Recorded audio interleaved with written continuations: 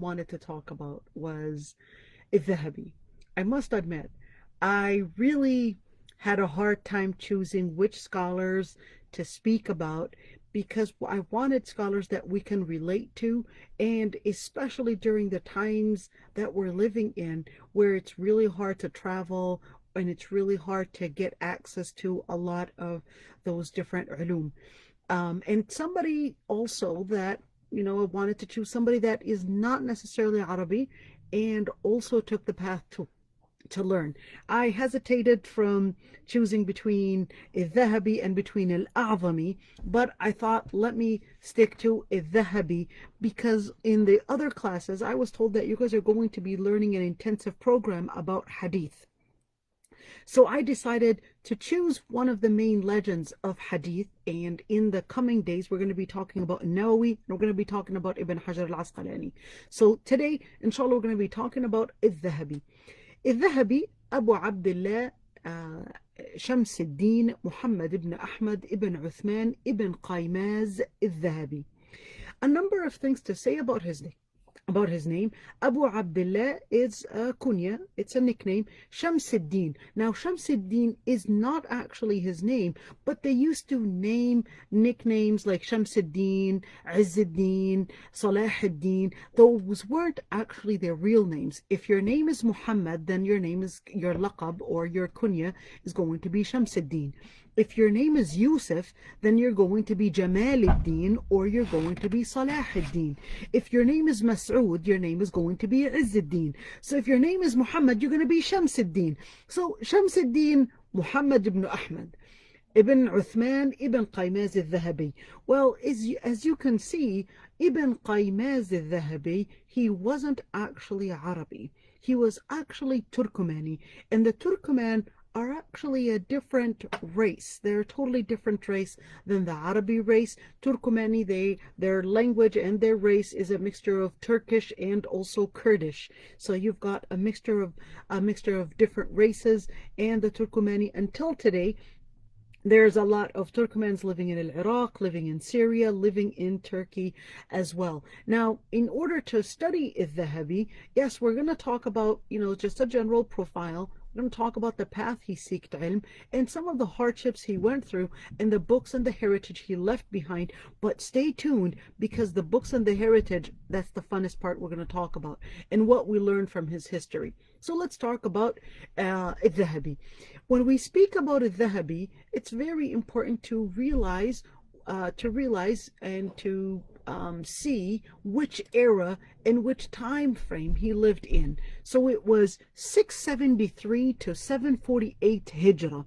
In Gregorian years, 1274 to 1348.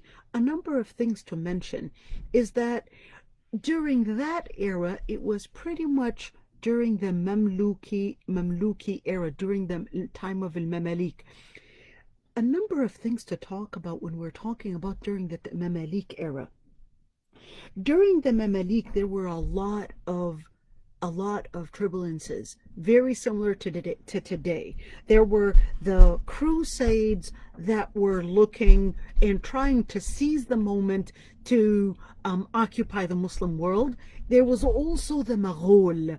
The Mongolians were also trying to seize that moment, and it was just a few years back, so 656 Hijrah, that was just a couple of years back from this age, from the time that al-Dhahabi was born, when the Mongolian invasion took place and brought an end to any Muslim Khilafah at the time, which was al-Khilafah al-Abbasiyya. So the Muslims were, at that moment, were still trying to rise on their feet again.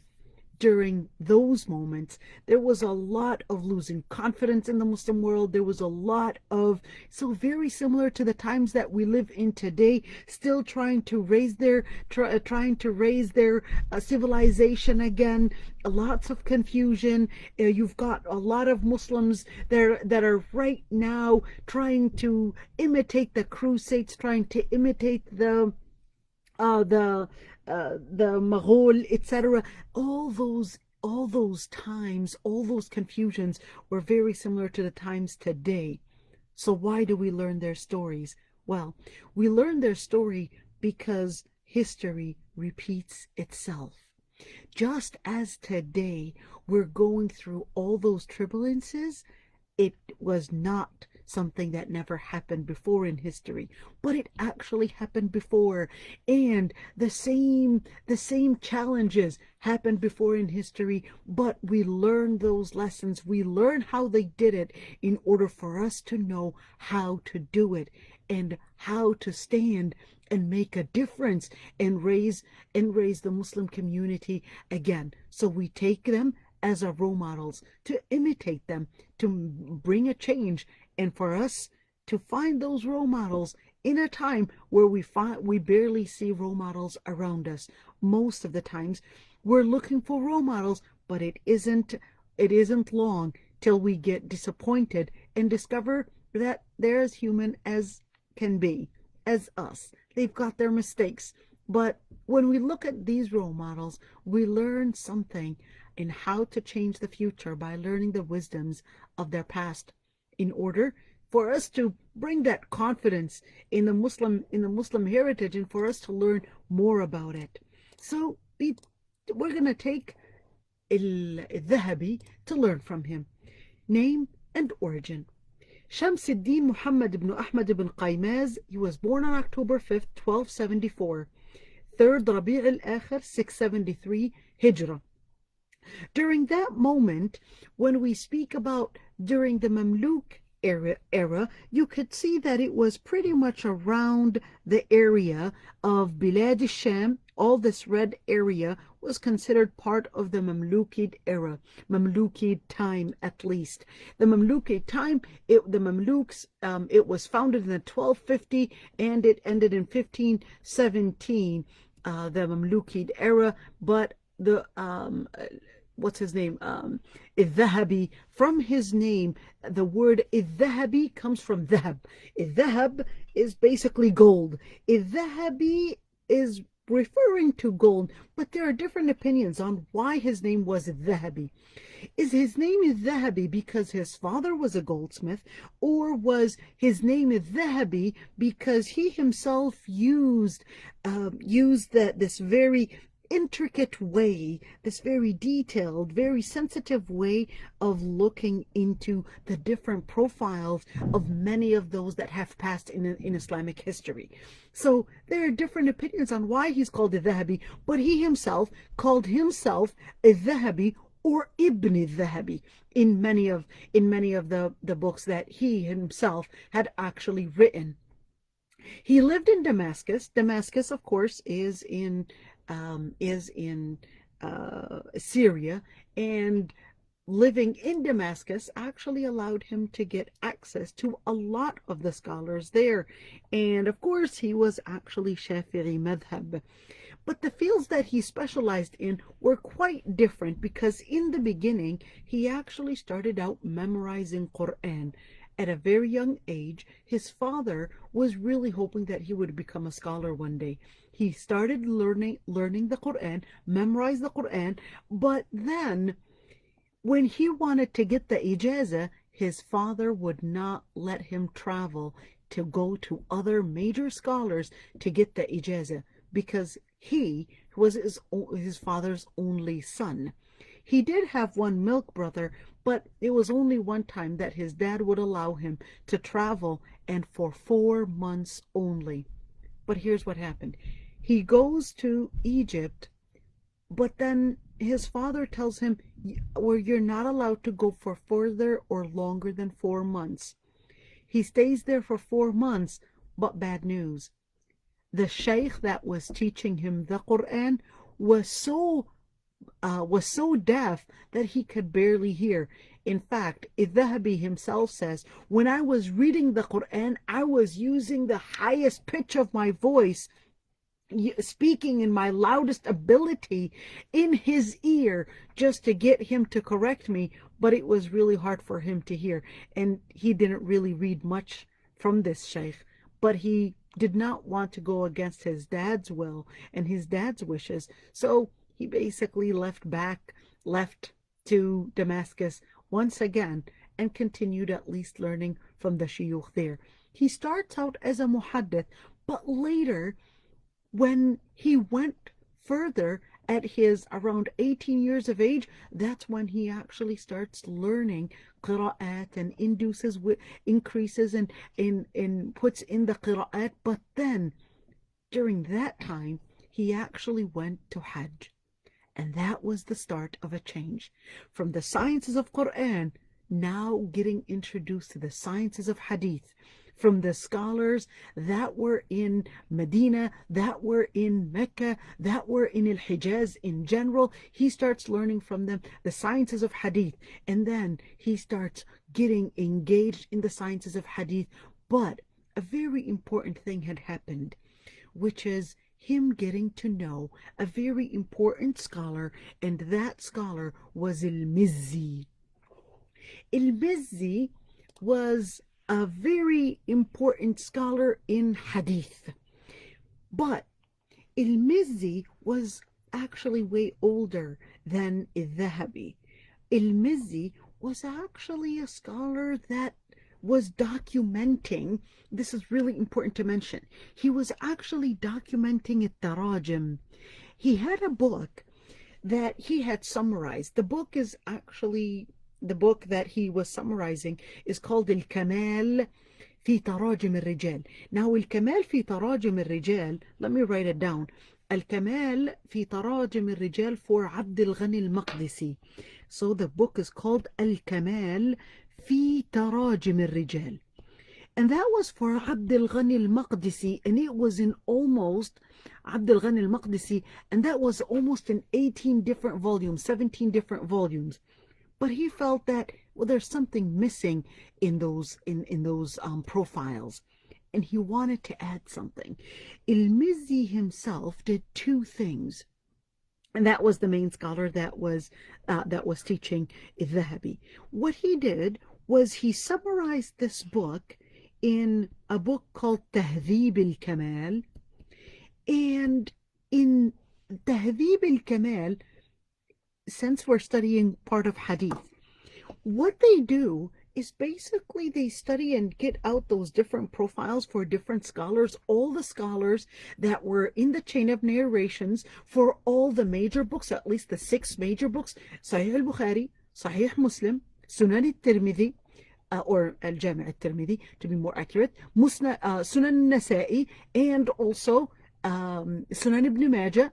Those were the most, Sunan Abi Dawud, those were the most important books that he went to, and because they compiled the most important ahadith, so he just needed to add some of those profiles, to search those profiles for those shuyukh that were in the chain of narrations in those 6 major books. Let me write those books down. So we're talking about Sahih al-Bukhari, and Sahih Muslim, and Jami' al-Tirmidhi, right?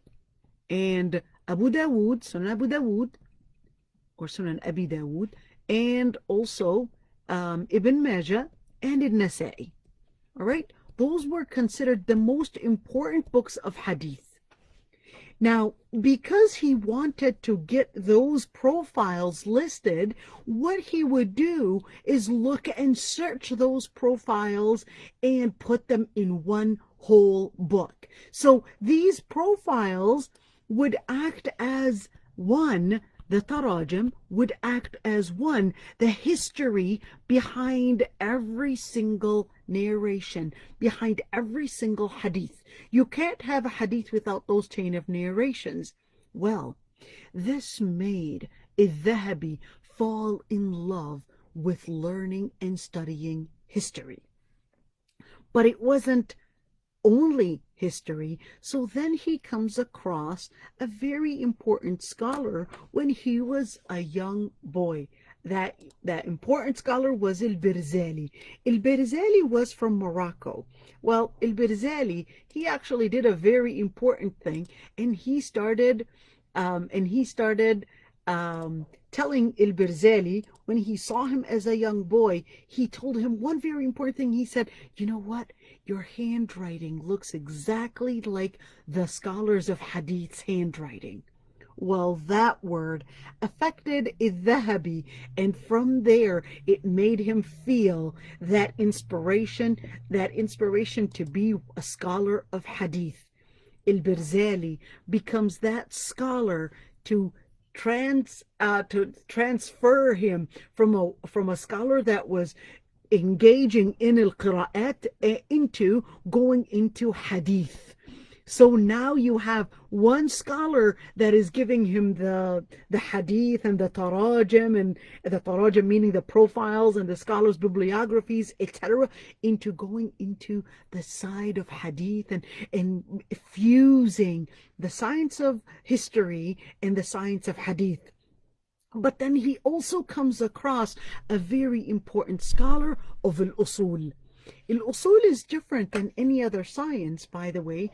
I'm more specialized in usul than any other, in fiqh, than any other science in Islamic studies. But in usul al-fiqh, it's basically that science in where it studies, you could consider it like the vertebra for studying fiqh. What resources do I go back to in order to derive an Islamic ruling, and how do I make use of those texts and actually say, here's the ruling based on the words, the terminologies used in those texts, whether ayah or hadith, etc.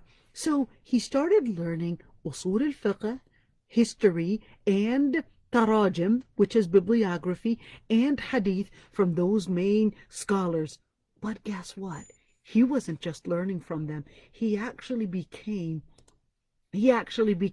best friends with these three important scholars, Ibn Taymiyyah, Al-Birzali, and Al-Mizzi. He was considered the best friend for all these scholars, even though they were actually older than him. But not only that, but you had other scholars that are considered the most important and most famous students that later learned from al-Dhahabi himself. Ibn Kathir. Remember Ibn Kathir and Tafsir Ibn Kathir, that 8-volume Tafsir? Ibn Kathir was actually al-Dhahabi's direct student.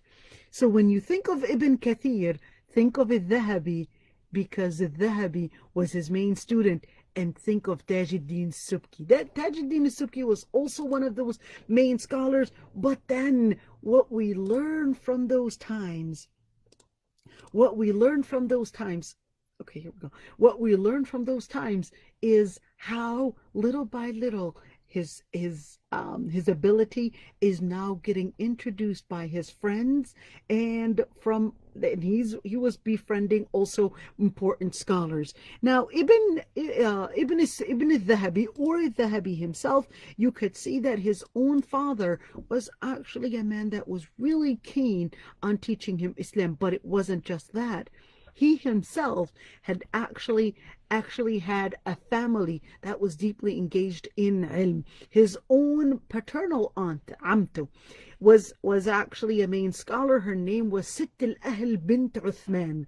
Sitt al-Ahl bint Uthman, she was the scholar that was teaching him. In fact, she was actually his milk mother. How do we know who Dhahabi's main teachers were? Well, he actually wrote Ma'ajim. Al-Mu'jam would actually contain all the different names. There's Al-Mu'jam, there's Al-Ma'ajim, whether there's Sughra, Al-Wusta, and Al-Kubra, in where he would list all the names of the scholars that he had learned from. And from those that he had mentioned was Sitt al-Ahl bint Uthman, his own maternal aunt, and he himself had praised her and said that he learned directly from his own aunt. In fact, not only his own aunt, but there was also his maternal uncle, Khalu, Ali ibn Sanjar. Ali ibn Sanjar was his own uncle, also learning from him, but he was actually a Hanafi fiqh scholar, so from a different madhab, but he was also learning from him and seizing the moment.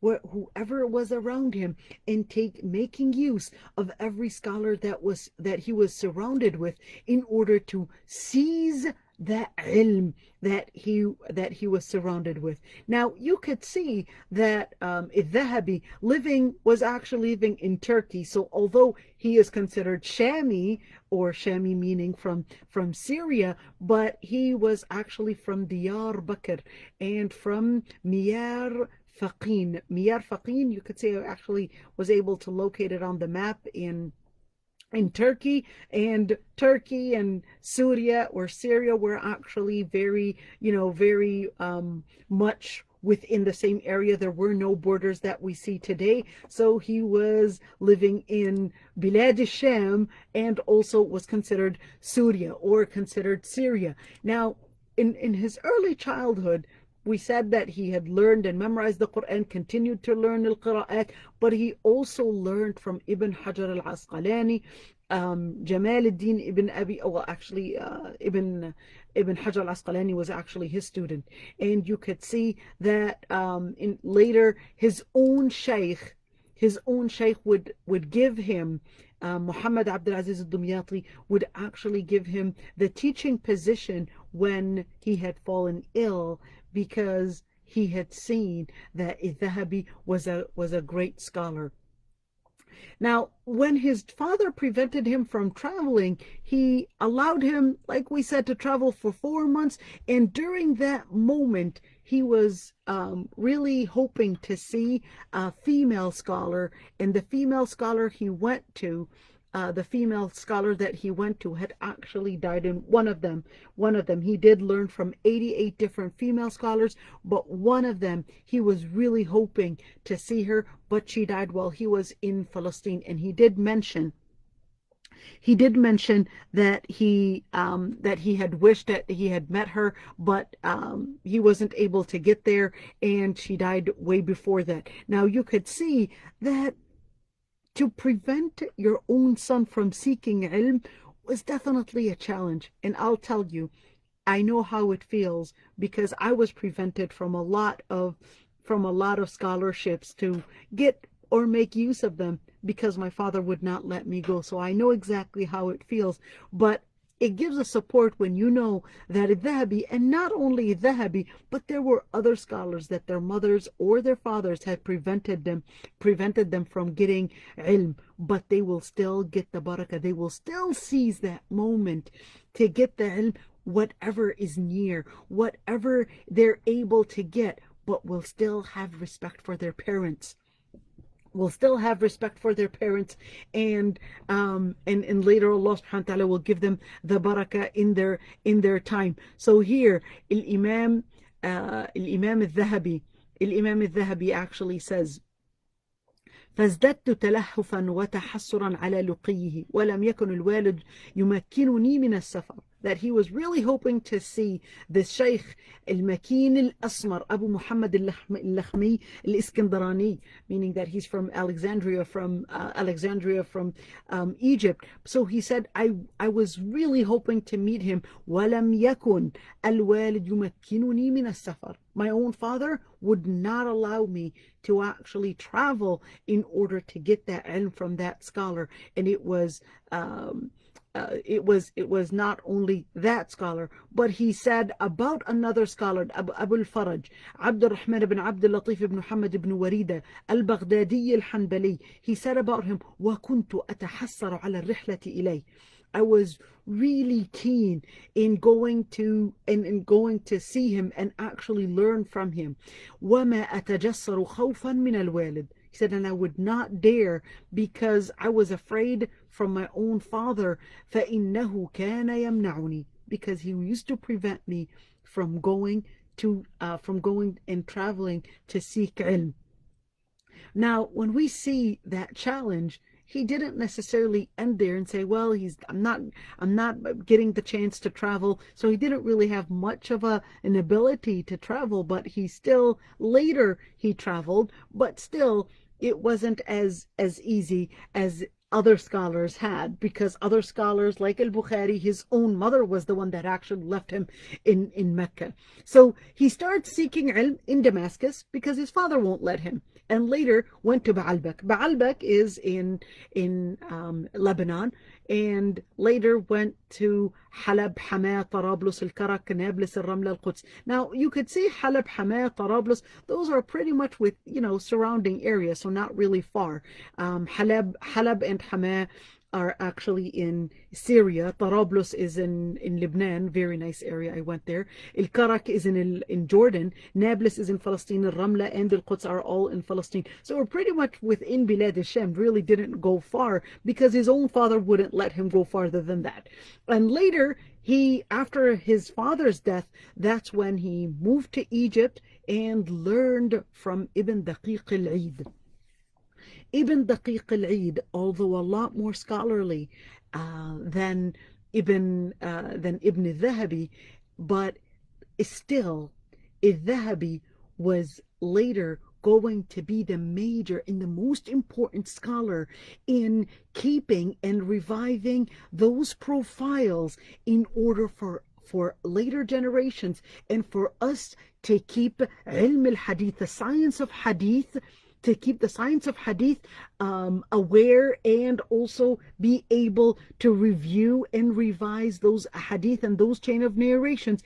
And it was a Dhahabi. But in order to get to those, he also studied from Badr al-Din ibn Jama'ah. Badr al-Din ibn Jama'ah was also a scholar, but more in political science.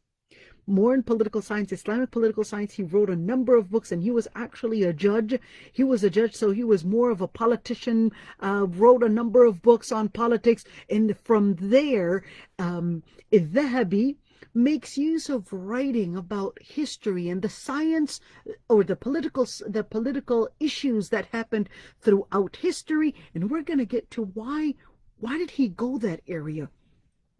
But in order, remember, he's Turkomani, not Arabi, but in order to learn those sciences, hadith, Quran, qira'at, etc., he needed a very important tool, and that tool was actually Arabi. You cannot study Islamic sciences unless you have the Arabic language. I know it might sound hard. How am I going to get there? But if other scholars were able to do it, you can do it too. It just needs some determination. So his main shuyukh in Arabic were Ibn Abi al-Ala al-Nusaybi and also Baha al-Din ibn Nahas. Baha al-Din ibn Nahas, he wrote, it's almost 12 volumes. Well, yeah, 12 volumes or 10 volumes in the language in the Quran, then the grammar.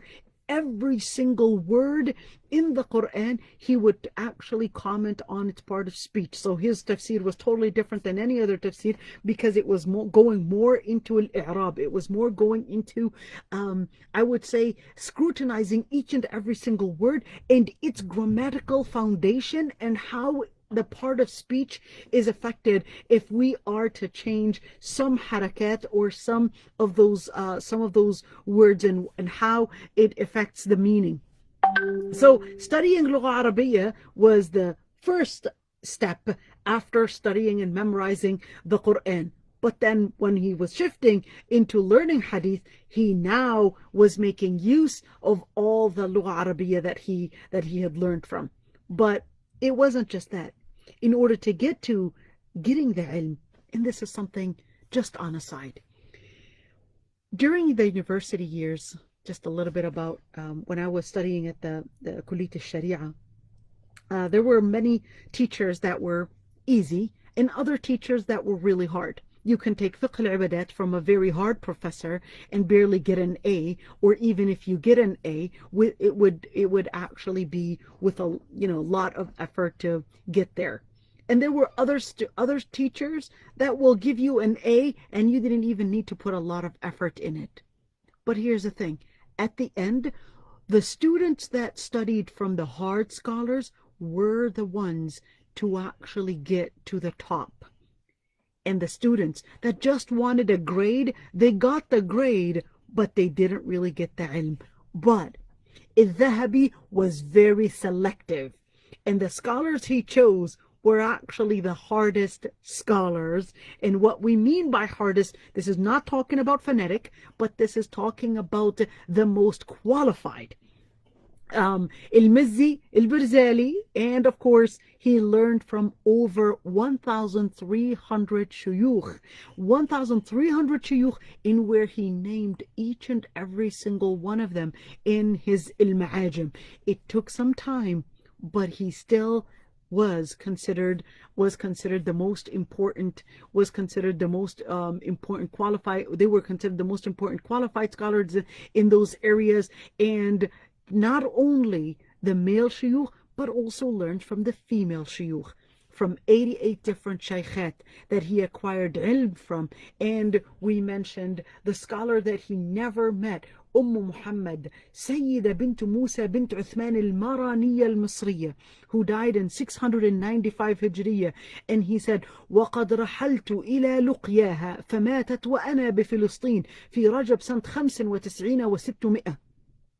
And he also said, كنت أتلهف على لقياها ورحلت على مصر وعلمي أنها باقية فدخلت فوجدتها قد ماتت من 10 أيام توفيت يوم الجمعة 6 رجب وأنا بوادي فحمة. So I'll translate right here what he said. He said, وَقَدْ رَحَلْتُ إِلَى لُقْيَاهَا. I actually traveled just to meet that shaykha, but she died when I was in Palestine in Rajab, in the month of Rajab, the year 695 Hijriya, 95, yep, 95 Hijriya. And he said, and I was looking forward to see her. ورحلت إلى مصر or على مصر وعلمي أنها باقية. He said, I actually went to Egypt and took the path to go to Egypt because I was told that she was alive, but I went into, in other words, when he had reached the destination in Egypt, I had found her, discovered and that she had died 10 days before, of course, reaching his destination. It wasn't just that. Now, when we're looking at it, Dhahabi, there was one very important tool that made him shift not only from getting the ilm from scholars, but he was doing something extraordinary. What he would do was summarize books of, different books of history, different books in history, different books in fiqh, different books in hadith, different books in Quran, in qira'at. So every single book he would take, and we're talking about huge books. So let's see some of those books. You will be really surprised, some of those books, okay? Let's look at some of these books. So Tariq Baghdad, for example, he would summarize Tariq Baghdad, and Tariq Baghdad is in almost 12 volumes, and he would actually summarize the whole thing. In other words, he would read the whole thing, Tariq Baghdad, which means Baghdad's history. Tariq Dimashq is almost 20 volumes. He would summarize the whole thing, read the whole thing, summarize the whole thing. And Tariq Naysabur, Tariq Misr, Kitab al-Rawdatain, well, Kitab al-Rawdatain is actually in 6 volumes, and Usd al-Ghaba is in 6 volumes. He would also summarize those books. So every single book, he almost summarized every single book that his hand can find, and he would make those books later as his resource to get the ma'rifah, to get the ilm on different fields, especially in history and bibliography, and also in hadith.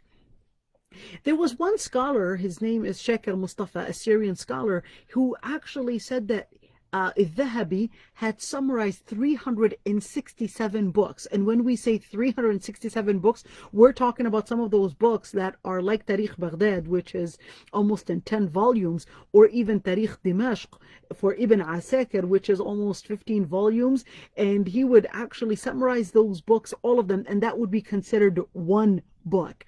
But he would seize the moment to summarize and read those books and actually get the ilm not only from the scholars directly, but through their books as well, and make use of every single moment. Now, later, in order to continue his ilm, he would start giving khutab. He would start giving those orations in the masjid. and start teaching. So he was starting to give at the masjid when he was about 30 years old, and he wasn't, like I said, traveling a lot. He was it was in Kufr Batna, in a suburb of Damascus, and wrote many of his books there. And he later started teaching in Dar al-Hadith. In fact, he was teaching in Dar al-Hadith.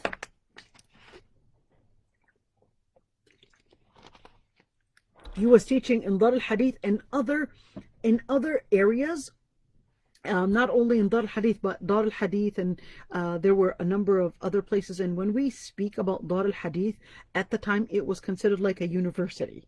So Dar al-Hadith, don't think of it as a young, small place, but it was actually a university that he was learning from. But I'm going to go further just because of time, because we're going to see how others during our time made use of that ilm.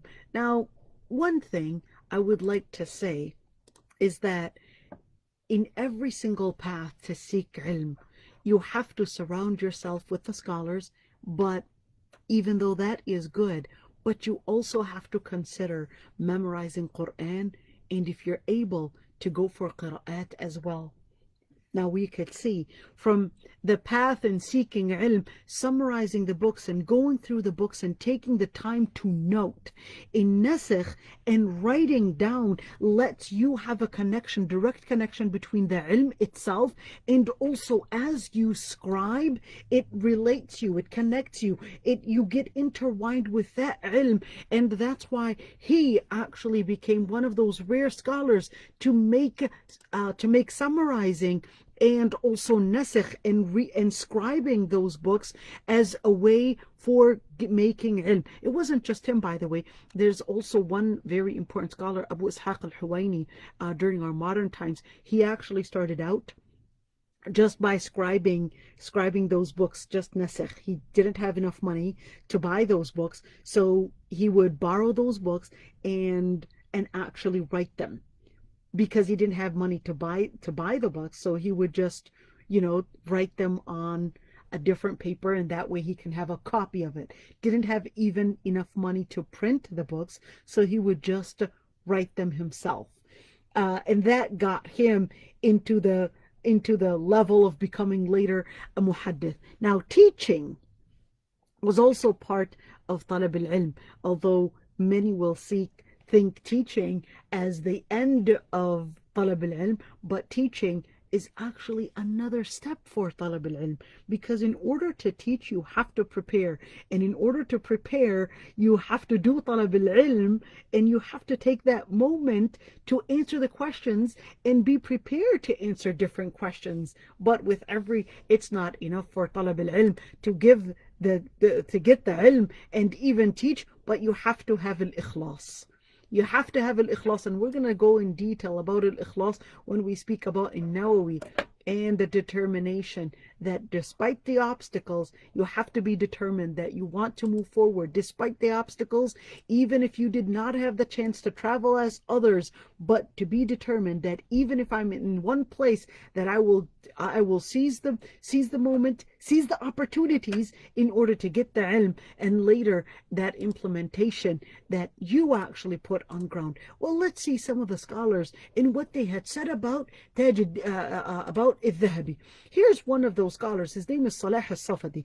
Salah al-Safadi was actually the son of one of the Mamluk princes. Now, Mamalik, they were ex-slaves, by the way, that later became the ministers that are holding the governance in Egypt and Bilad al-Sham. This is what he said about him.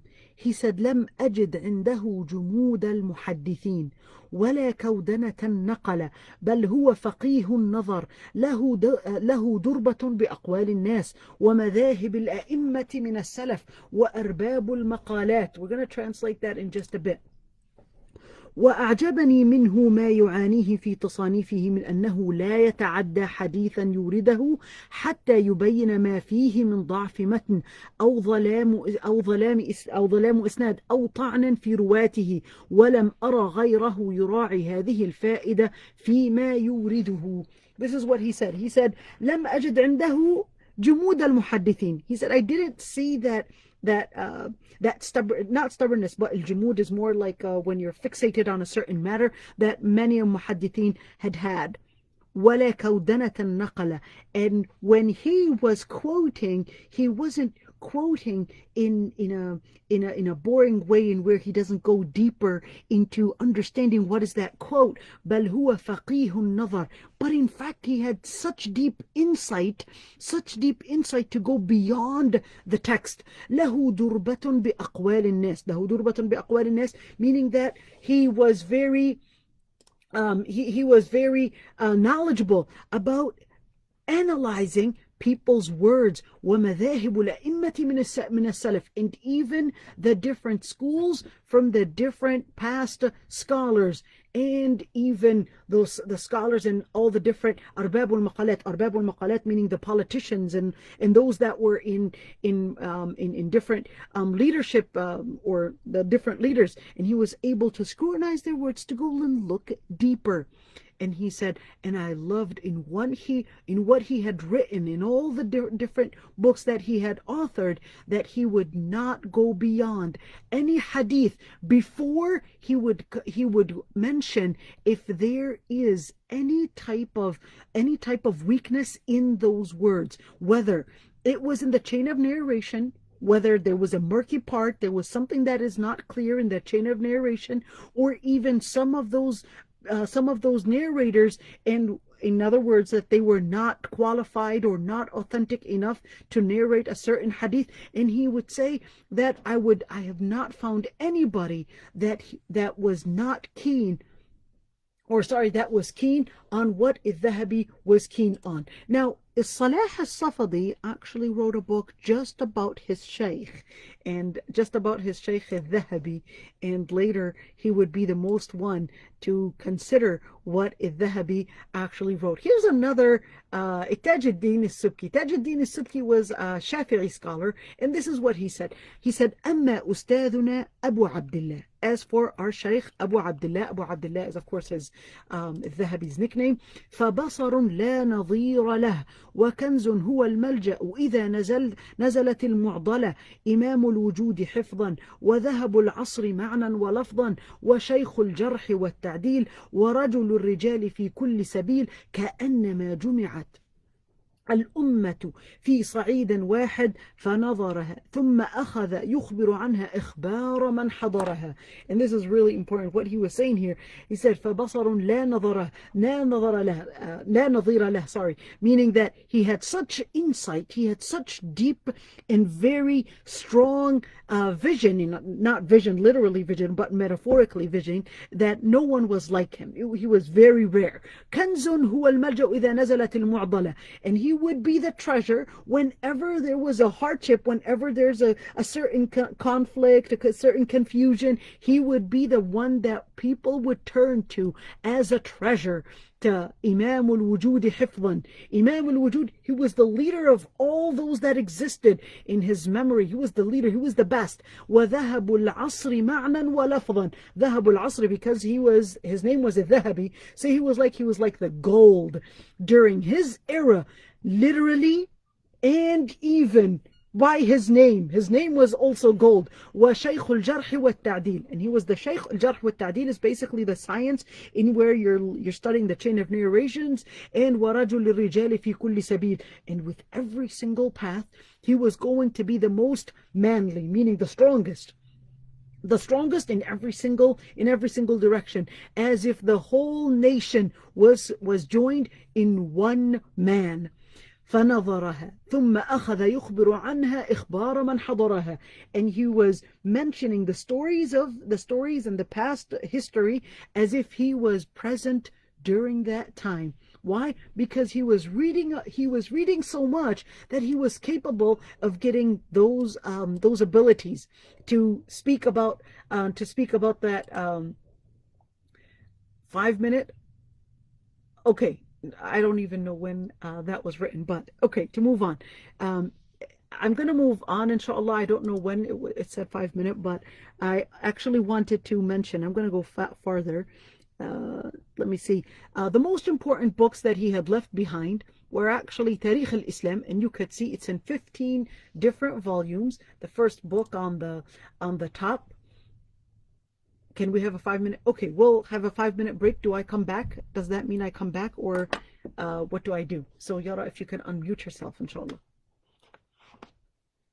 Yes, assalamu alaikum. So actually what we're going to do is have a 5 minute break, just so people, if they need to get up and go take care of things, get a snack, get comfortable again, you can go ahead and do that. Or if anyone has a question, you can go ahead and put it in the Q&A box and Dr. Aysha can answer it for you now. Or another option that we are offering is you can raise your hand, and when you do that, what we can do is unmute you and you can go ahead and ask your question out loud, and Dr. Aysha can answer it that way. So the floor is open now for a couple more minutes. So whoever has a question, please go ahead, put it in the Q&A box or raise your hand. So Yara, do I have time to at least, just mention a few things about his books?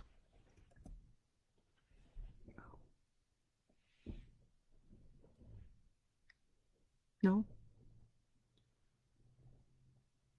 Yara, do I have a few minutes to say anything about his books? Yara, if you can unmute yourself. Yes, I'm sorry. Let's give like 1 minute to see if there are any questions coming in, and Okay. if not, then yes. Okay. We actually just got a question. You got a question? Okay. Yes, so, okay, it says, is there any teacher winning prize because you made me love the scholar?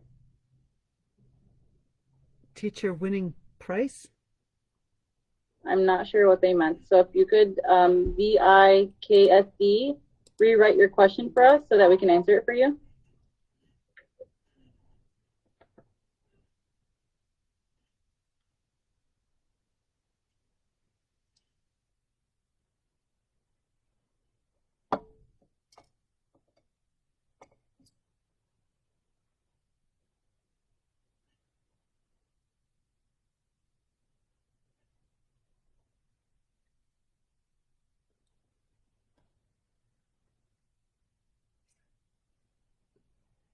All right, so should I continue? Or did you want me to stop for a few minutes?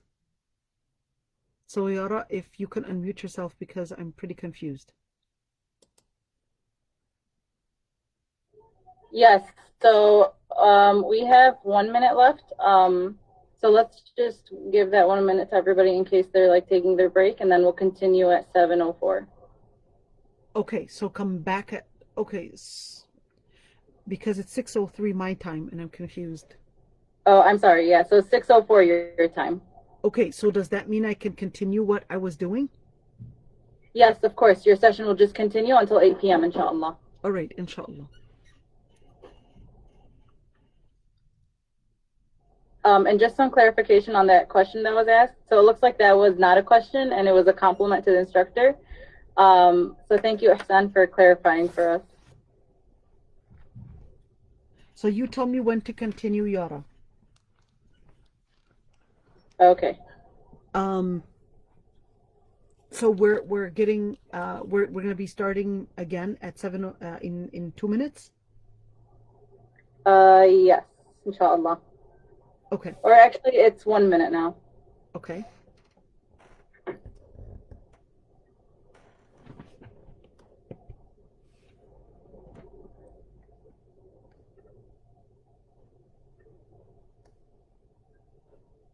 All right, Dr. Aysha, it's 7:04, so you can continue with your session, inshallah, until 8 p.m. Okay, well, I'll have to take later in a little bit, inshallah, take off for Salat al-Asr. So let me continue for with the books that he had written. The books that he had written are actually a number of books, but those, the most important books that he had written are Tadhkirat al-Huffaz, Mizan al-I'tidal, and I know that those are just names to you, but a person that is specialized in Islamic studies and specifically Hadith would know that those are the most important books to go back to in order to learn about the profile. So any time you would want to look and study if this hadith is authentic or not, you would need to the first thing that you need to go back to are basically the profiles, the profiles, the scholars, then those that are within the chain of narration. So in order to go to those profiles, you're going to definitely need to go to the profiles that Al-Dhahabi had compiled along with Al-Mizzi and other scholars. But some of those books, for example, المغني في الضعفاء المغني في الضعفاء تذكرة الحفاظ، ميزان الاعتدال في نقد الرجال، ميزان الاعتدال في نقد الرجال and تذكرة الحفاظ. Those two books are considered like the most important books in important books, and also Diwan al-Du'afa wal-Matrukin. So that's a whole list of profiles of every single scholar that is not qualified enough to mention or even say a hadith. Now, you won't be able to judge a hadith without going to those books. Now, some of those books, I'm going to talk about Tariq Al-Islam. Look at Tariq Al-Islam. It's in 15 volumes, and when you say Tariq Al-Islam, it talks about the most important events from the birth of Islam until 700-year Hijrah. And so for 700 years, and he will talk about the most important events. And you could see that in Tariq Al-Islam, in his book, you could see 15 volumes here. And when we're talking about 15 volumes, we're talking about imagine the time. So every single volume is approximately 300 pages. So you're talking about 15 volumes. So multiply 15 by 300 for every single volume. That's how big this book is. Well, let's go for Siyar A'lam al-Nubala.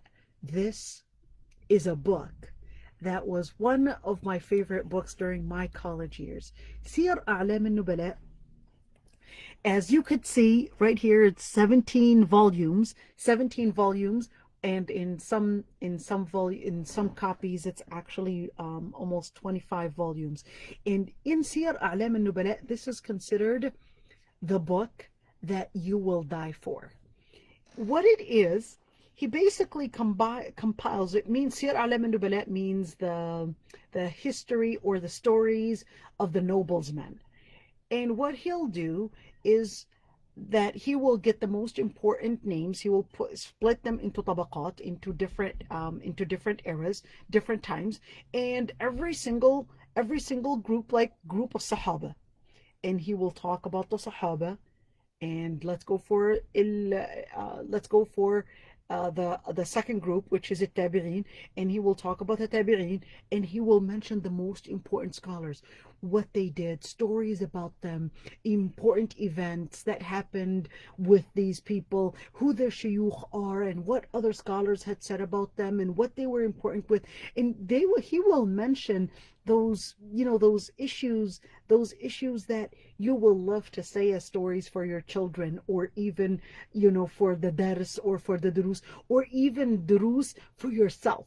I lived with this book. I literally lived with this book. You will not let go with this book, because it will talk about the shuyukh, it will talk about ulama, it will talk about muhaddithin, it will talk about fuqaha, it will talk about qurra, it will talk about sahabiyat, it will talk about women scholars, it will talk about male scholars, it will talk about history, events, all those different things that. And I'll tell you one thing.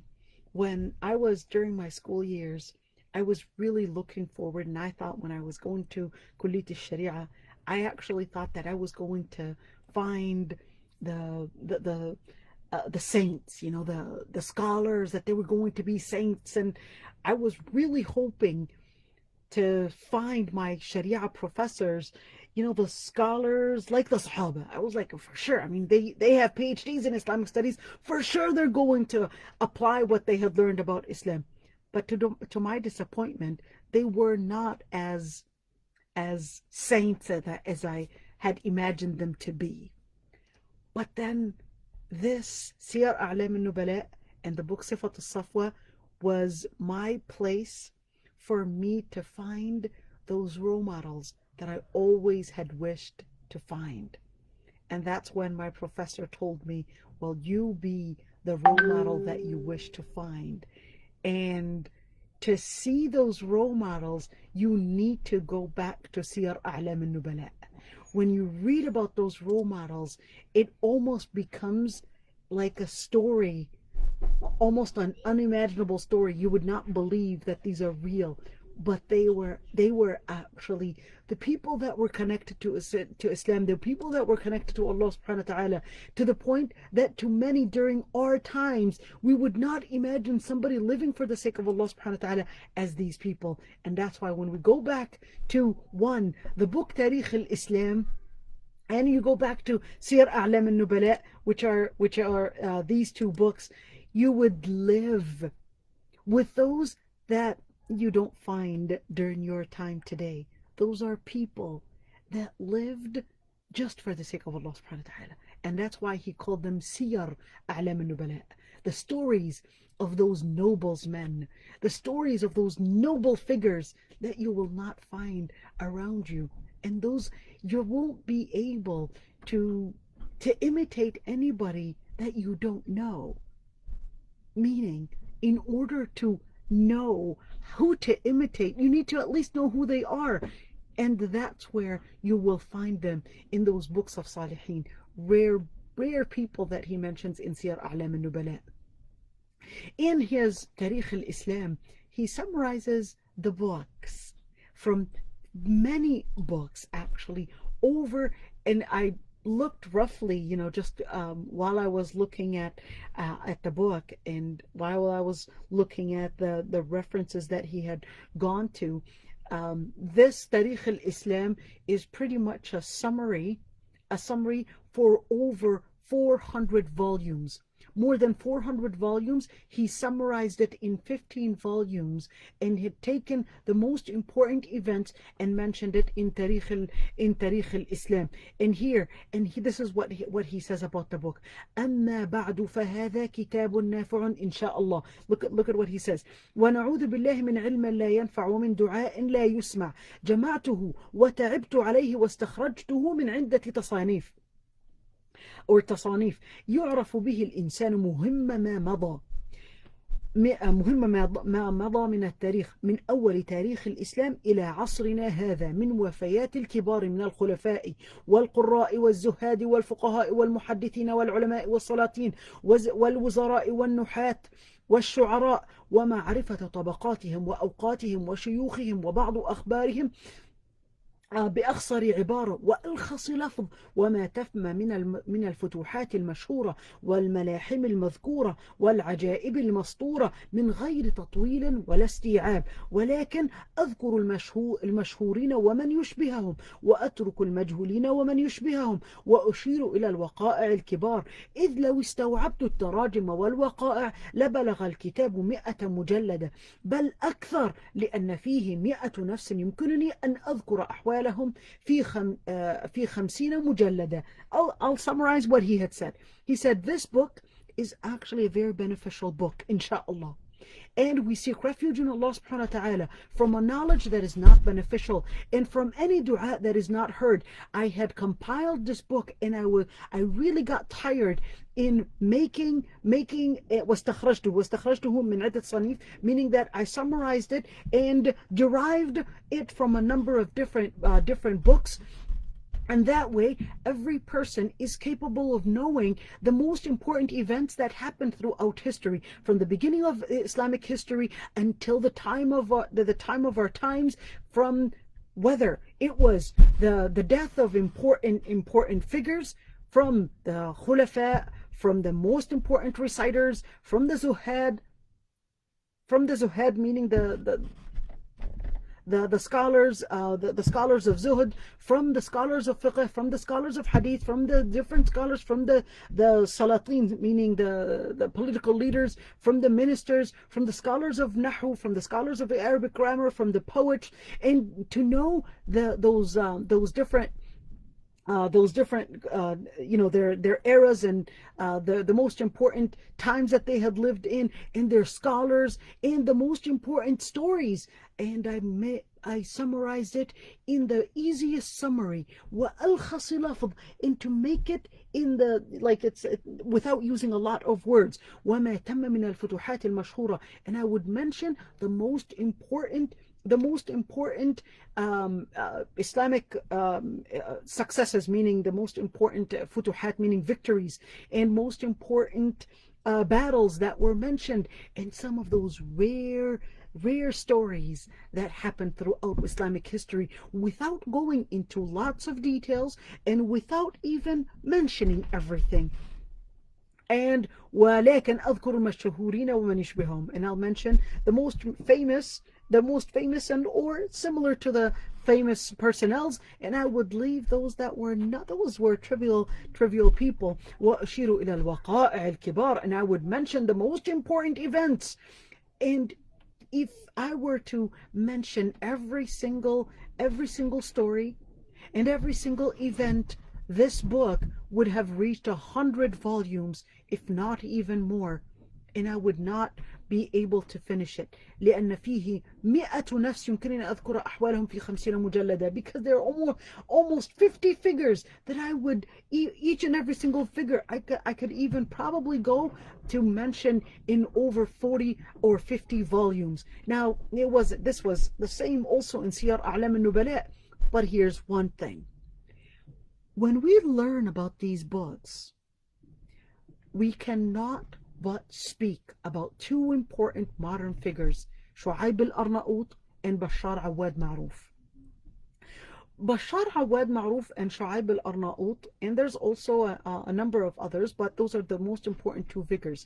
They actually went through these books. Now remember, these books were written in a manuscript style, and in fact, when you go back to a manuscript, sometimes it's really hard to read, because already the bookworms have already started eating them up, and then you're going to end up not having the book compiled, or the complete book.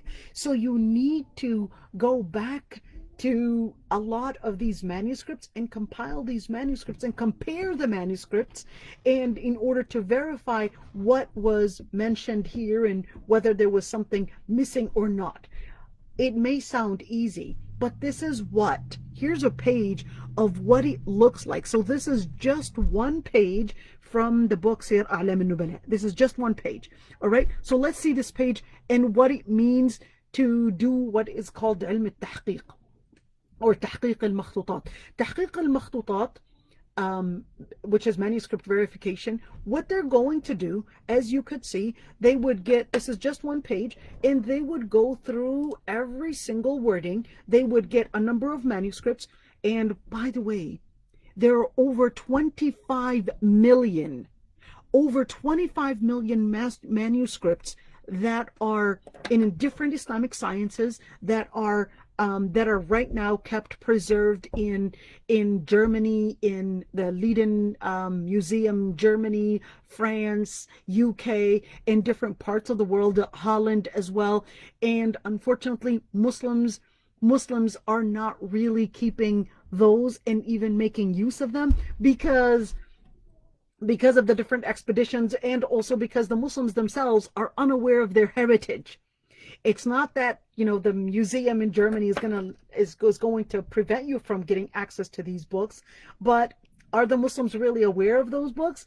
Only very few people are aware of these, and from amongst them is really Bashar Awadmarov and Shu'aib al-Arnaout. This is what going over a manuscript or verifying a manuscript would look like. So they would get a number of manuscripts. Manuscript 1, you might find it maybe in Turkey, and manuscript 2 they might find it in Algeria, manuscript 3 they might find it in Germany, and manuscript 4, and they will get those manuscripts for those books, and they will start comparing the manuscripts to make sure that the wording is the same. If there was any change, they'll put it in the footnote.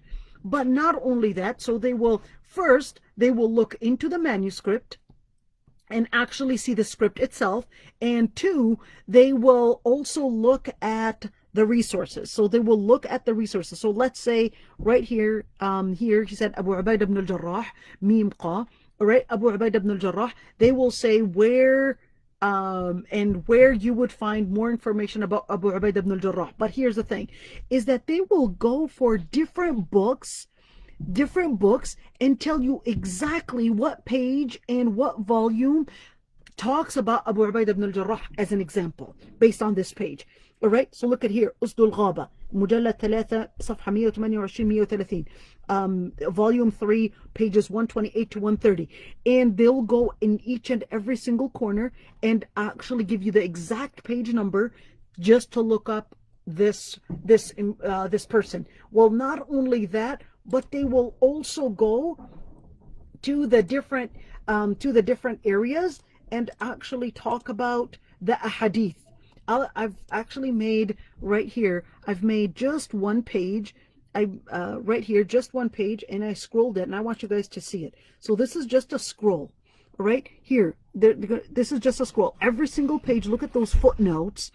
Look at those footnotes, just containing every single narrator, going back where these narrators are mentioned. Are they authentic or not? What does it mean? And if there are different words, or if there is a quote, let's say they quoted from scholar A or scholar B, they'll go back to their book, to that manuscript, and actually say if that manuscript has been verified, has not been verified, where does it exist, and so forth. This is just what it means when we look into those manuscripts. Let's look at scholar number 1, Bashar Awadmarov. He's an Iraqi scholar. And this man actually verified over 300 volumes of different manuscripts. This man right here he began his life as a historian, really, in Iraq, learning manuscripts and studying, but he worked tirelessly just in order to go back to especially the most important books for Al-Dhahabi, and Bashar Awadmarov one was actually the most important figure that let a lot of those manuscripts that were written by Al-Dhahabi himself with his own bare hands, with his own writing, and he would get it out to be printed, and he would verify the manuscripts and actually go back to the hadith, etc., and let those books get printed in the printing that you see today. This is Dr. Bashar Awadmarov, a very important scholar who actually lived, I would say, with Al-Dhahabi. Of course, he's a modern scholar. He's still alive today. But without this important scholar, we would not have gotten a lot of those manuscripts that were written by Dhahabi. Another important figure, which is Shu'aib al-Arnaut. Shu'aib al-Arnaut, you could see right now he's still alive, but he's really, really tired, so he's really sick. Al-Arnaut, he's not originally Arabi. But he lived in Bilad al-Sham, so his Arabic is very fluent. And here's one thing, is that Shu'aib al-Arnaut also worked to get those manuscripts to be available, and would verify those manuscripts for the books for Dhahabi and also other books, and comment on the hadith, if it's sahih, da'if, etc., and make use of those profiles and let them be available for the other scholars. So those would be considered those hidden scholars that are making those books available for you to see on the shelf. Shu'aib al-Arnaut has a team, and part of his team that work on verifying those manuscripts are actually a team of women, female scholars that are working to verify those manuscripts and making them available to the public. I wanted you guys to watch just a little bit about Shu'aib al-Arnaut and what he says, and I'm going to translate, but let's just watch it just a little bit. So he was born 1928 in Damascus, and that's where he started his talab al-ilm. This is his little advice. لم يورثوا درهما ولا دينارا وإنما ورثوا العلم فمن أخذه فقد أخذ بحظ وافر. يعني الوصية الأولى والأخيرة أن يطلبوا كل واحد من الشباب أن يطلبوا العلم أن يلتمسوا المعرفة من الحقائق التي ذكرها أئمتنا في كتبهم ومؤلفاتهم. والبداية في طالب العلم من يقرأ، يعني لا بد أن يقرأ التفسير والحديث والفقه. So this is his advice, and you could see he's really getting old, and you could see he's really, you know, I would say weakened from all the amount and effort that he had done. He himself had verified manuscripts, and I'll tell you, to verify a manuscript, you can actually get a PhD on that, or even a master's degree on that. And when you verify a manuscript, so to get a PhD, you can probably verify a manuscript with a 100-page manuscript and get a PhD for that, and probably even with an honors, or even a master's degree if you verify a manuscript of 50 pages. So imagine this man verified over 300 books, meaning every single manuscript. And when I say manuscript, a 100-page manuscript, we're actually talking about literally 100 waraqah, 100 waraqah, so front and back. All right, but Bashar Awadmarov and also Shu'aib al-Arnaout, not 300 pages, but I'm talking about over 16,000 page manuscripts that these scholars verified. Imagine the amount of effort that they actually put for the sake of Allah subhanahu wa ta'ala.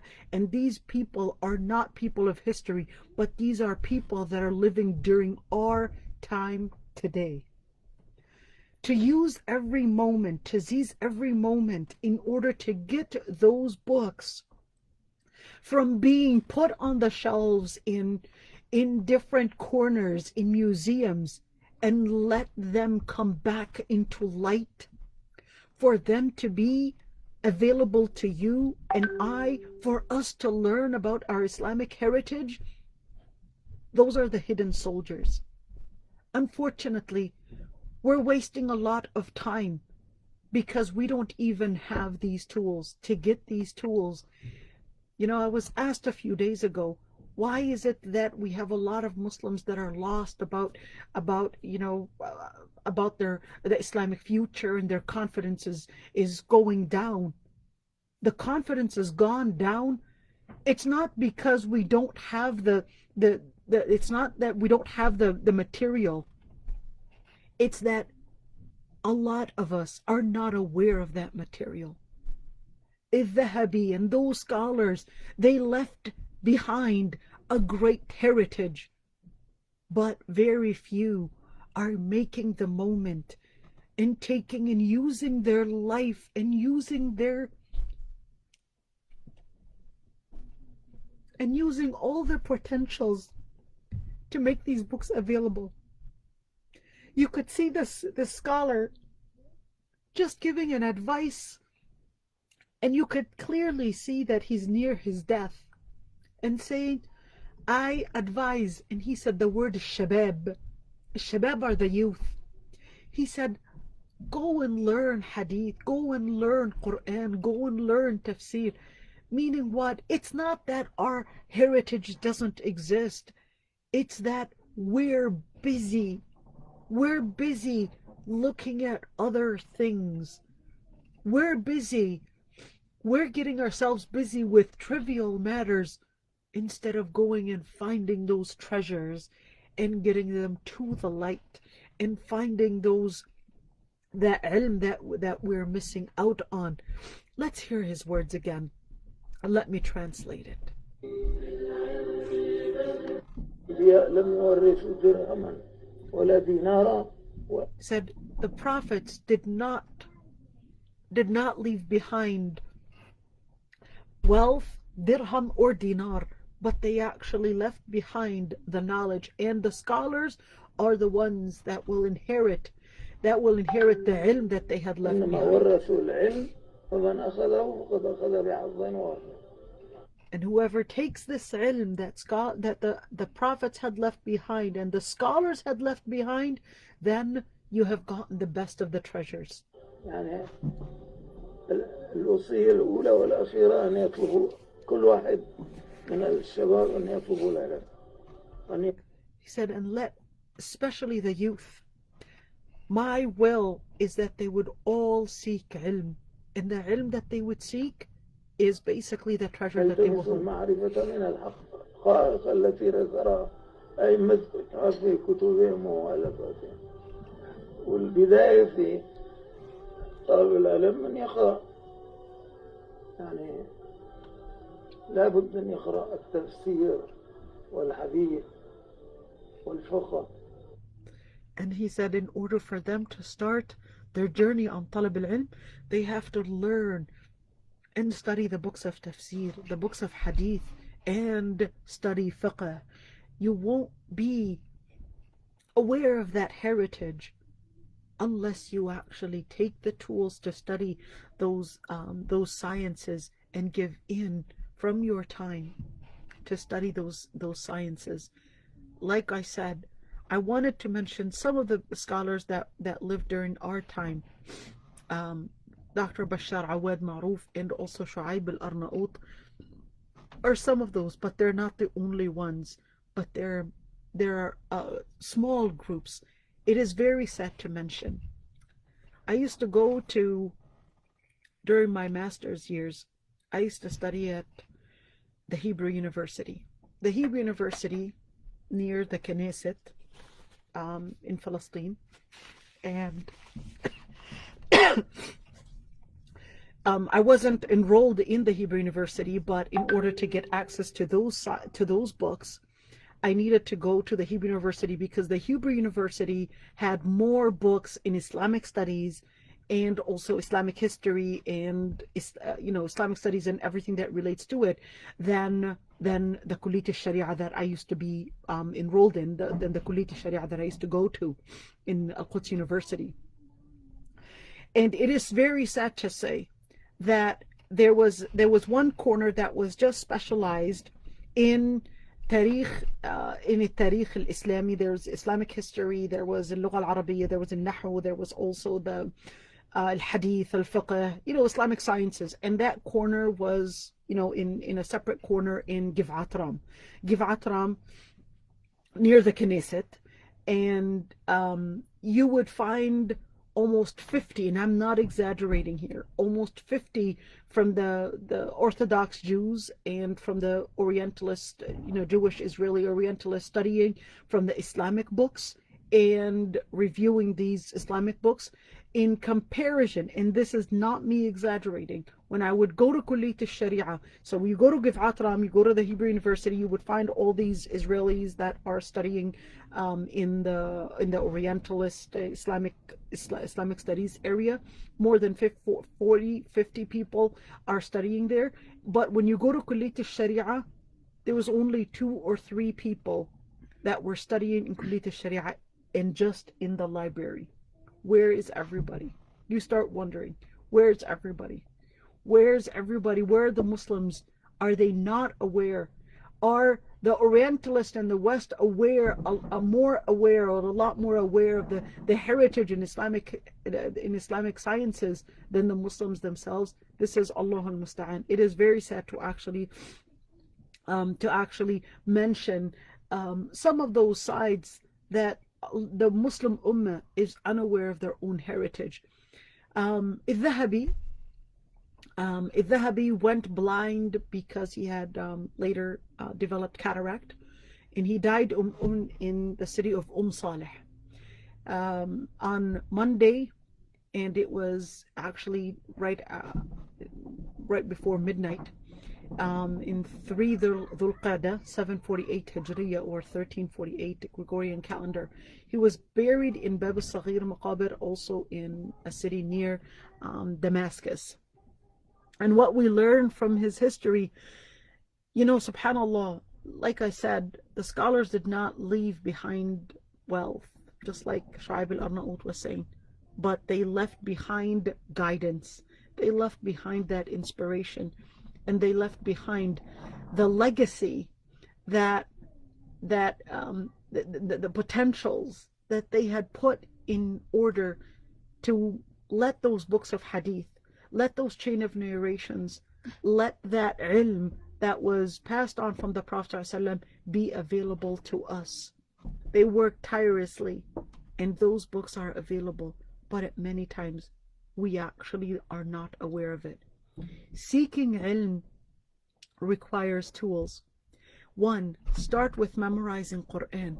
And if you want to be a scholar in Islam, you must learn Arabic. Arabic is your tool to learn the Islamic sciences.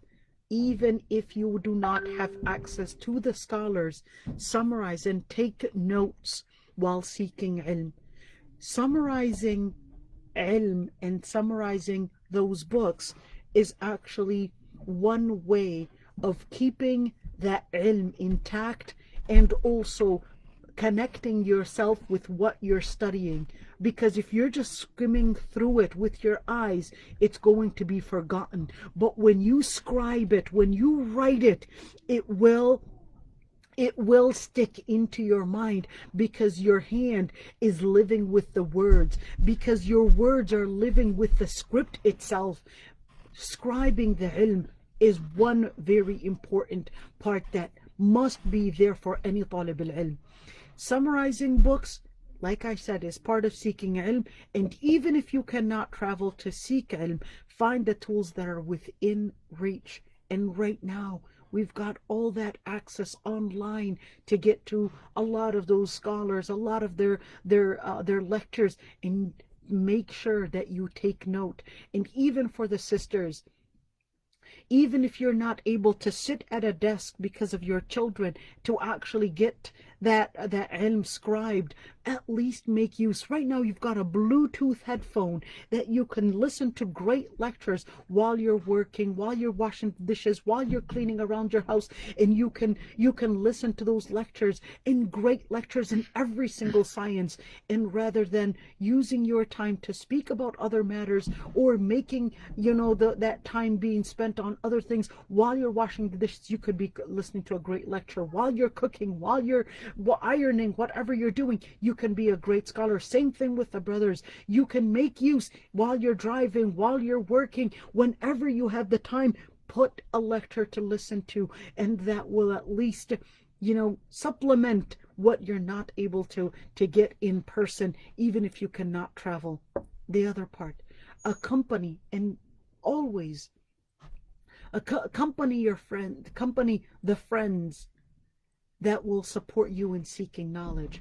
Because look at الذهبي had al-Mizzi, Ibn Taymiyyah, al-Birzali, and those were the scholars that he would surround himself with. Because كل إناء بما فيه ينضح, whatever, every single utensil, whatever is in it, you will see it going up out on the surface, around it and surrounding it. And that's the same thing. A person that has the ilm will speak of ilm, and a person that is empty will speak of trivial matters, because they are empty. And that's why you need to accompany yourself and surround yourself with people that care about ilm, that only speak of ilm and not those trivial matters. Every minute counts.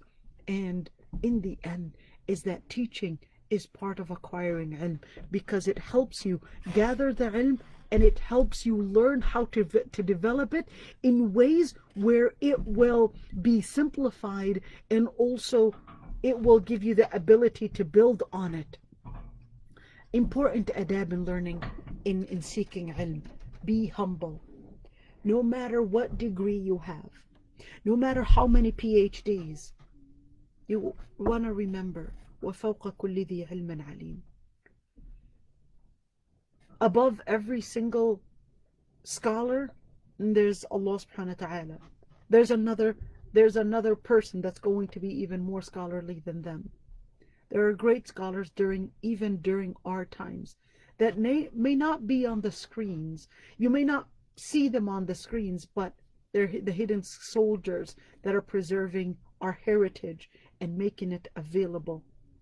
Don't rush to be on the screen. It's not about, yeah, we're seeing them, they're the famous scholars.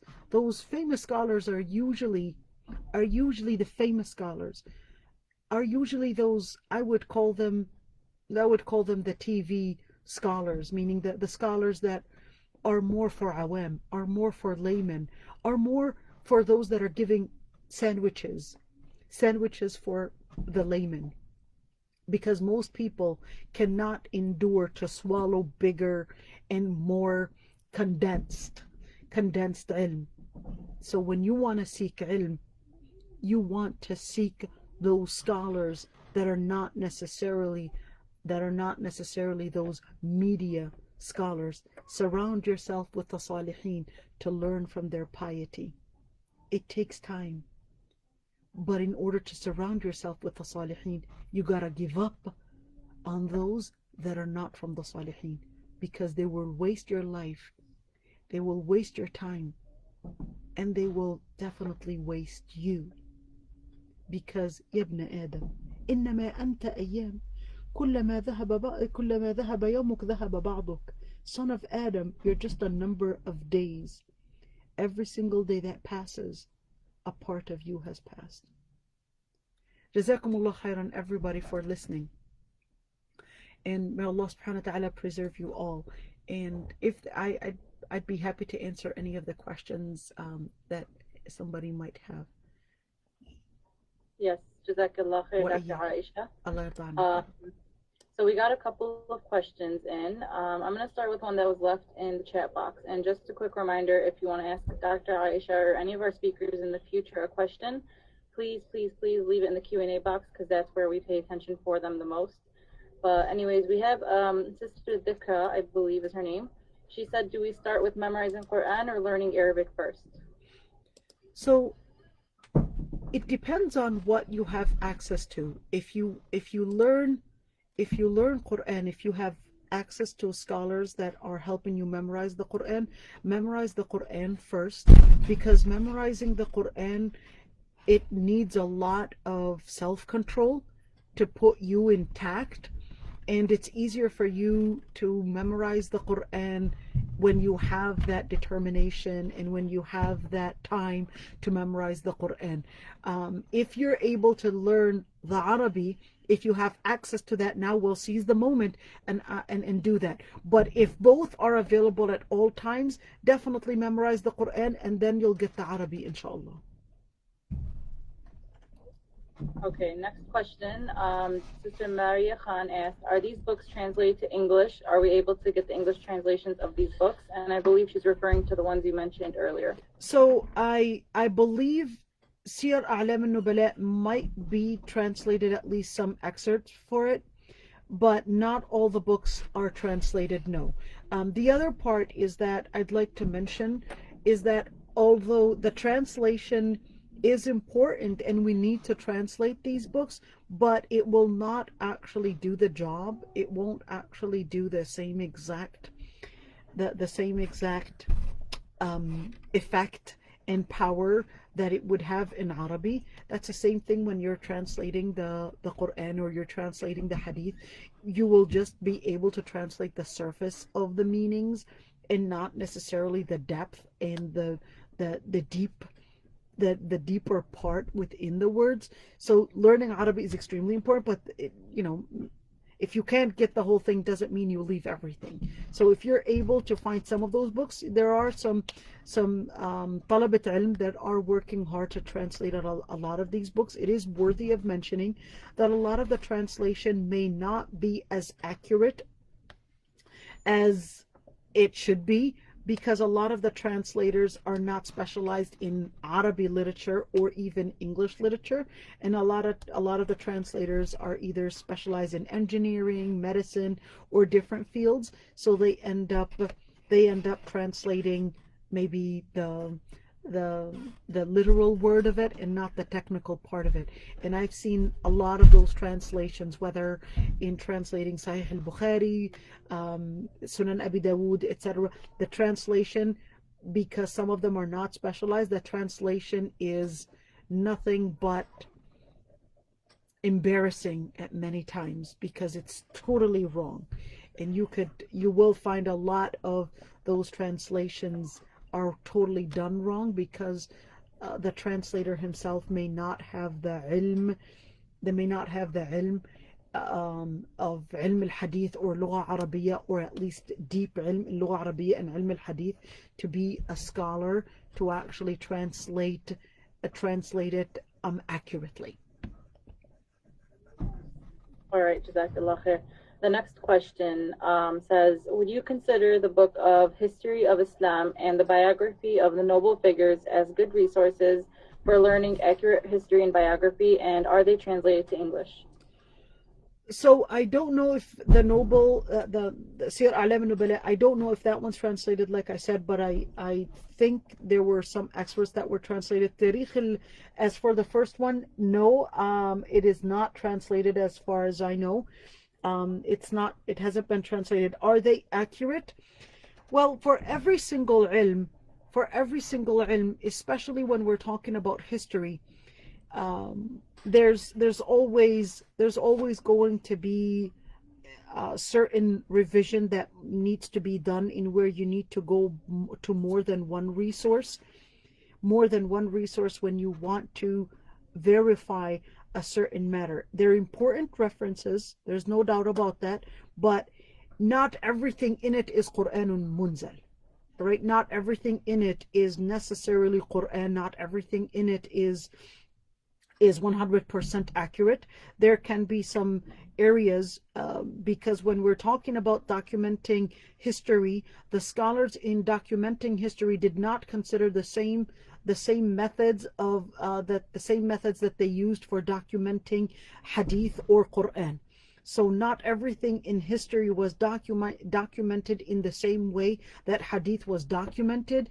And even when we go back to the book that Akram Diya al-Umari had written on Sirah Nabawiyya, he wrote Sirah Nabawiyya, but in the beginning of his book, even though Akram Diya al-Umari, I mean, he is a great scholar in hadith and in Sirah, he wrote the book. In the beginning of his book, he had mentioned in his prelude that in his intro that he was going to use the method of hadith in scrutinizing the events that happened in Sirah. And that's going to be really hard to use because you don't necessarily have a lot of those stories available in the way that the books of hadith are available, in meaning with a chain of narration. So I did actually translate the whole book. It's 800-page book. I did translate the book, but I must admit, what he had mentioned that he was going to commit himself with, which is the method of Ahl al-Hadith in studying Sirah, he wasn't able to continue using that method in the rest of the book because not all the events were mentioned with a chain of narration. So they're not necessarily 100% accurate, but those are certain events that can be mentioned without a chain of narration, which we would know that it was mentioned in the books of Sirah or in the books of history, and Al-Dhahabi did his best in order to yantaqi, meaning to select the most important events which he had, based on his studying, which he had thought that was most accurate. Okay, the next question says, does History of Islam have Islamic history since Adam or since the Prophet, peace be upon him? Well, Ibn Kathir and also Al-Tabari and also Al-Muntazam, they went back all the way to Adam alayhi salam. So they went all the way to Adam alayhi salam, and they go in detail, but they used a lot of Israeliyat. Meaning used from references that were mentioned from Bani Israel. And sometimes it was a claim to be that it was from Bani Israel, but you don't actually find it not in the New Testament and not in the Old Testament either. But they were mentioned, so they probably documented it from resources from probably the Greek or from other resources, at least between those stages, because we don't necessarily have the sciences, the tools at least to studying archaeology between the time of Adam alayhi salam and the Prophet sallam, we have very little information, or at least very little accurate information about those eras. But from the time of the Prophet sallam, that's when the more accurate documentation started happening. So you had al-Dhahabi and other scholars, Ibn Bishkwal, and you had Ibn Asakir. You had a number of other scholars that did use at least the dating from the time of the Prophet ﷺ till at least their time. But that does not necessarily mean that everything in it, at least in Islamic history, was necessarily 100% accurate, because there were some political influences, just like Ibn al-Athir. Ibn al-Athir went farther and actually considered Salah ad-Din al-Ayyubi as a very, what is the word that he used, but he actually considered him dal. He considered him a very dal, meaning that he was deluded. So there were some political influences that did happen and did have their impact on some of the historians when they were writing on Islamic history. So there's, this is something that we need to keep note of. But like I said, the archaeology was not something that Muslims necessarily studied. And archaeology was not something that Muslims were really engaged in to study between the eras, between the time of Adam alayhi salam and the Prophet sallam. Okay. The next question asks, what are some good books that you would suggest on the topics of tafsir, hadith, and fiqh, so that we can do our best to believe and live by the advice? Well, tafsir, fiqh, and hadith, that's a whole wide range of ulum. But in tafsir, it depends on the person's ability. If you want to study tafsir, you definitely have to start with Lugha Arabiya before you study tafsir. Lugha Arabiya, even in tafsir, there are different levels. There's the simple level. There's the simple level of tafsir, which is, tafsir al-Jalalain. But there's a little bit harder with tafsir when you go to probably tafsir Safwat al-Tafasir Sabuni, so a little bit harder. And there's a little bit harder. My favorite tafsir is al-Tahrir wa-Tanwir for Tahir ibn Ashur. That's my favorite. But al-Tafasir, there's the tafasir for ayat al-ahkam, and ayat al-ahkam, which are the ayat that relate to legislature, and that's al-Qurtubi. Al-Qurtubi al-Jami' li-ahkam al-Quran, and al-Qurtubi mentions the most important tafasir, the different tafasir, and compiles it and focuses more on ayat al-ahkam. There's also Ibn Arabi, also more, it's a three-volumed book, but Al-Jami' li-Ahkam al-Quran is more into a 20-volumed book compared to Ibn al-Arabi's, which is in 3 volumes. The thing about Ibn al-Arabi, although both are Maliki, Al-Jami' li-Ahkam al-Quran al-Qurtubi, and also Ibn al-Arabi, both are Maliki madhab.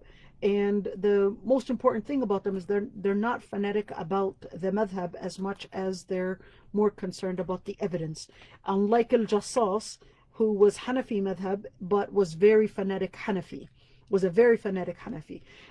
If you go to study tafsir from the different angle, which is the angle of Lugha Arabiya, so you're talking also about different levels. So Ruh al-Ma'ani for Al-Alusi is definitely a lot easier than the book Al-Kashaf for Zamakhshari, which would need probably a PhD in Arabic grammar in order to understand the book of Al-Kashaf. That's probably the most advanced book in tafsir, in where Zamakhshari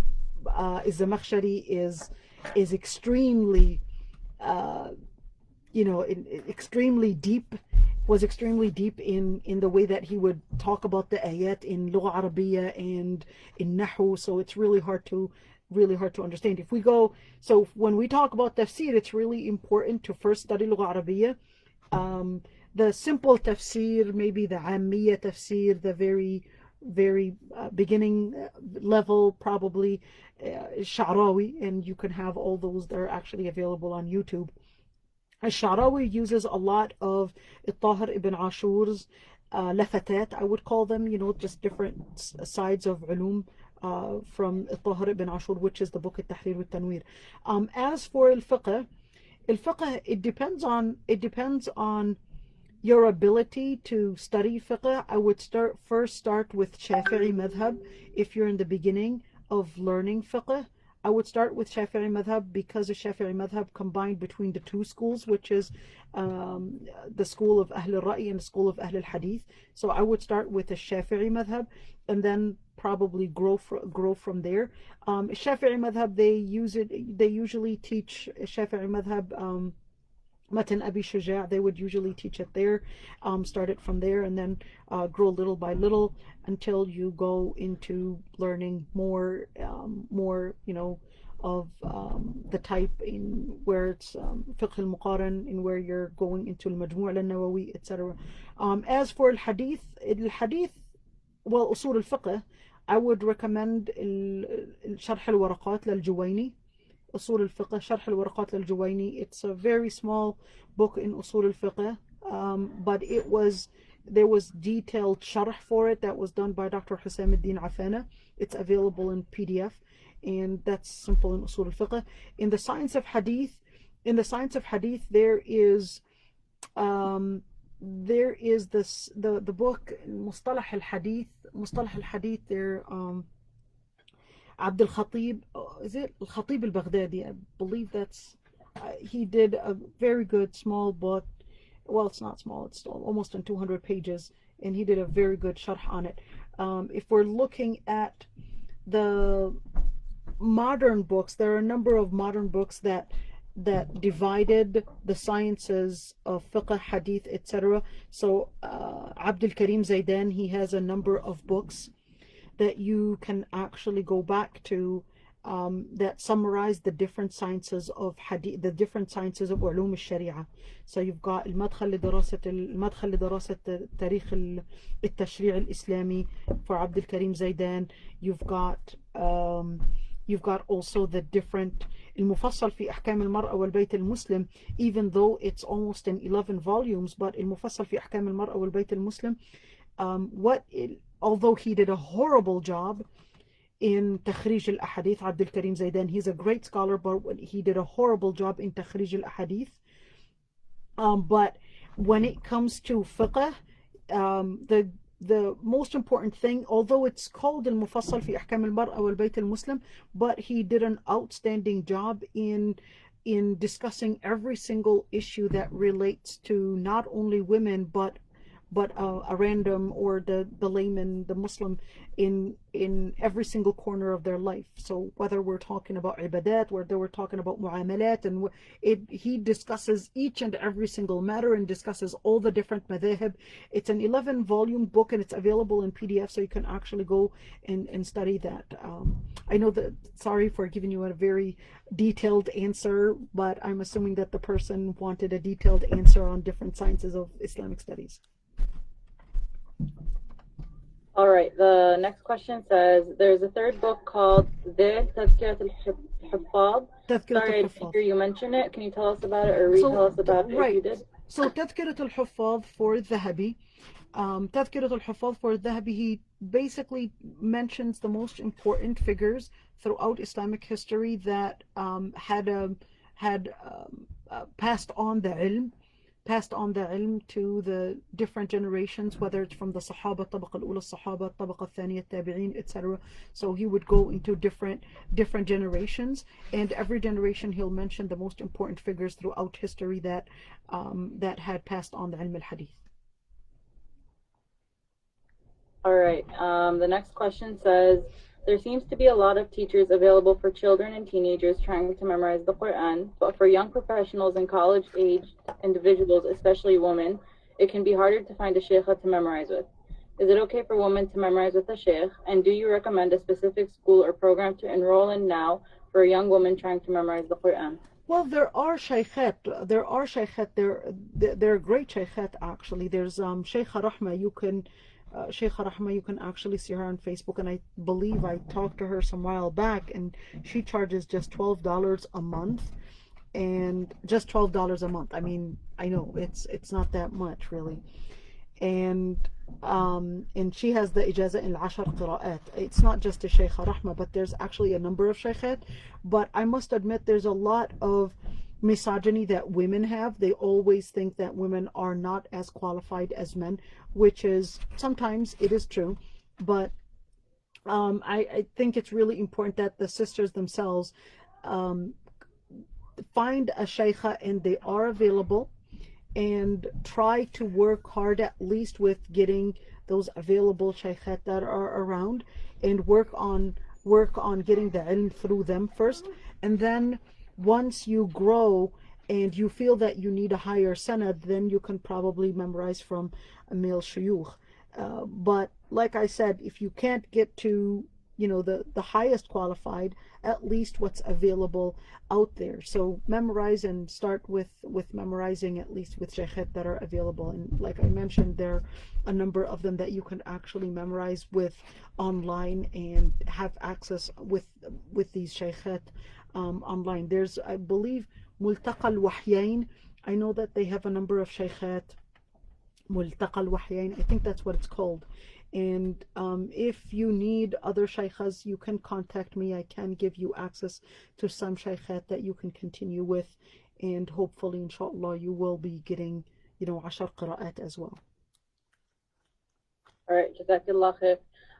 We do have 2 more questions, but because we are past our 8 p.m. deadline, or actually 2, and because Dr. Aysha, I know you want to go and pray Asr on time, we're going to end it here.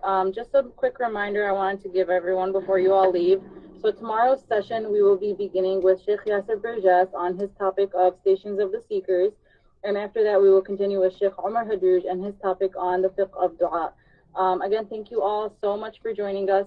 Any questions that were left over from today's session, we will try to get to them whenever we have Dr. Aisha's sessions next, or at the end of the intensive on that Friday when we have that full Q&A session dedicated just to these questions. So again, Jazakumullah khair for joining, and we will see you all tomorrow at 6 p.m. inshallah. Assalamu alaikum wa rahmatullahi wa barakatuh. Wa alaikum assalam wa rahmatullahi wa barakatuh.